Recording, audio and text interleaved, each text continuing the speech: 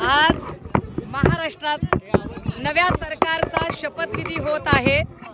मात्र हे नवं सरकार जनमताच्या आशीर्वादाने नाही तर ईव्हीएमच्या चोरीमुळे आलेलं आहे अशी आमची ठाम धारणा आहे।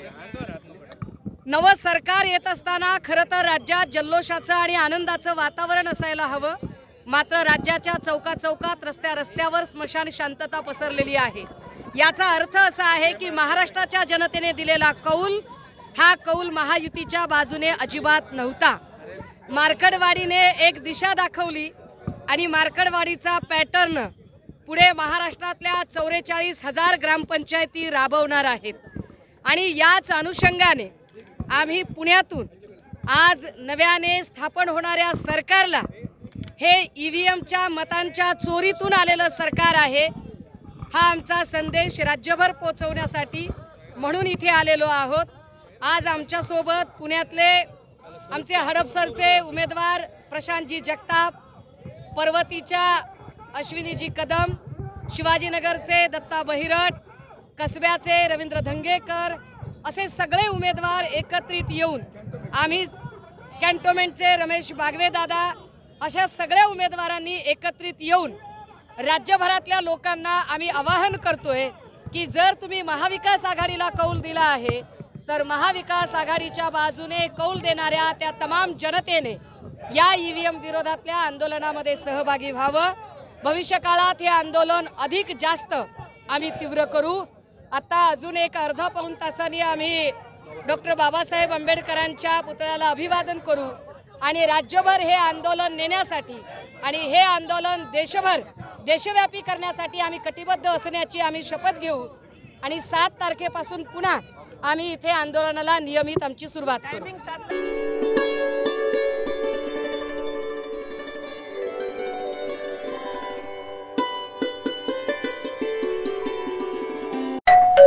अहो उठा ना, ऑफिसला नाही का जायचं? अगं मला आज फ्रेशच वाटत नाही, काही करायची इच्छाच नाही। अहो मग तुम्ही आजपासूनच न्यू युनायटेड फार्मसीचे गुड मॉर्निंग चूर्ण घेणं सुरू करा। अपचन, मलावरोध, बद्धकोष्ठ, आम्लपित्त आणि पोटाच्या तक्रारींवर खात्रीशीर आयुर्वेदिक उपाय गुड मॉर्निंग चूर्ण। 35 वर्षांपासून सगळ्यांच्या पसंतीचे गुड मॉर्निंग चूर्ण औषधांच्या प्रत्येक दुकानात मिळते।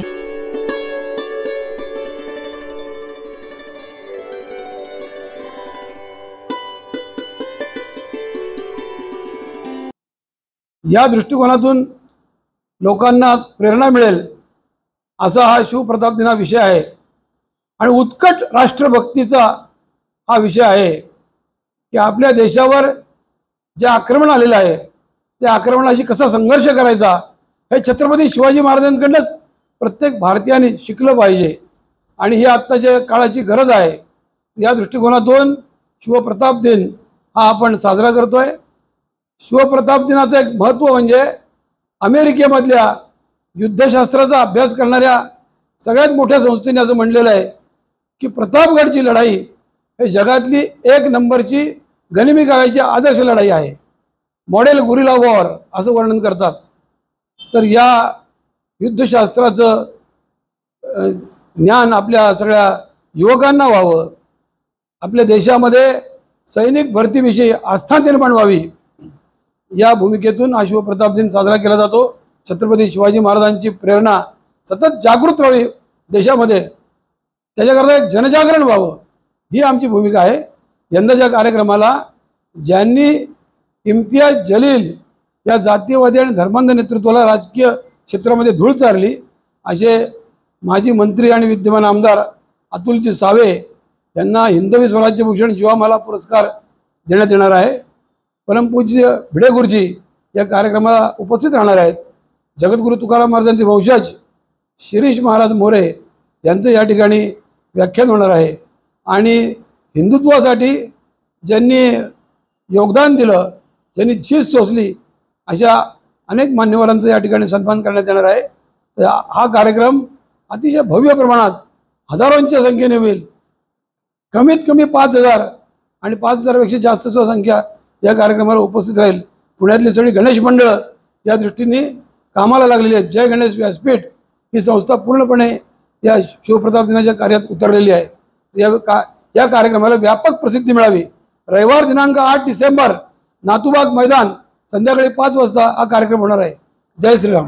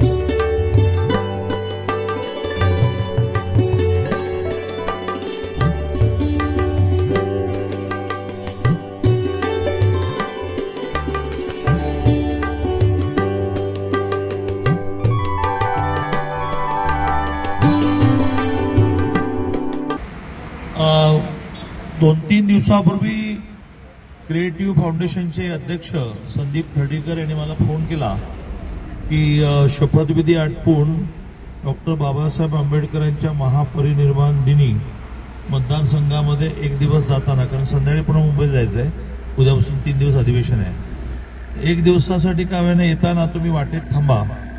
ते मला काय आहे माहीत नाही, कारण संदीप खर्डेकरांच्या बाबतीत मी असा निर्णय केला की ते काही म्हणाले तर हो म्हणायचं, आणि मग जवळ आला कार्यक्रम की समजून घ्यायचं की काय कुठे यायचं आहे. तसं थोडं मला गाडीत माझ्या OSD मंगेश देशपांडेने सांगितलं, आणि आता प्रास्ताविकेतून कळलं की ह्याच्या 10 ब्रांचेस आहेत वेगवेगळ्या ठिकाणी, पूरे महाराष्ट्र में है, पूरे देश भर में. पुणे जिले में 1 है, पुणे जिले में 6 है, जिसमें आप बालग्राम नाम से अनाथ आश्रम चलाते हैं, जिसमें सारे बच्चे बालग्राम में नहीं पढ़ते, तो रहते हैं बालग्राम में और पढ़ने के लिए अलग अलग जगह जाते हैं.